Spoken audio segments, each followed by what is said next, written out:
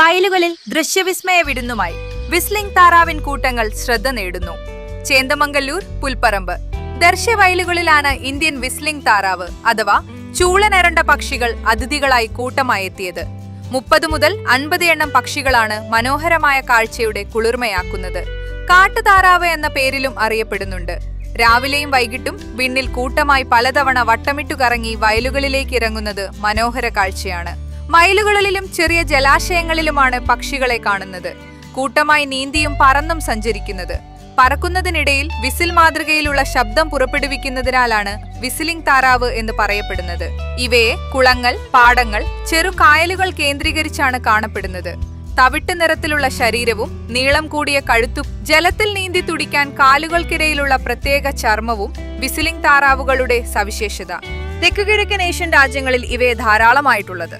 India, Nepal, Sri Lanka, Malaysia, Thailand തുടങ്ങിയ രാജ്യങ്ങളും വീസ്ലിംഗ് താറാവുകൾ ധാരാളമായുള്ളതായി പറയപ്പെടുന്നുണ്ട്.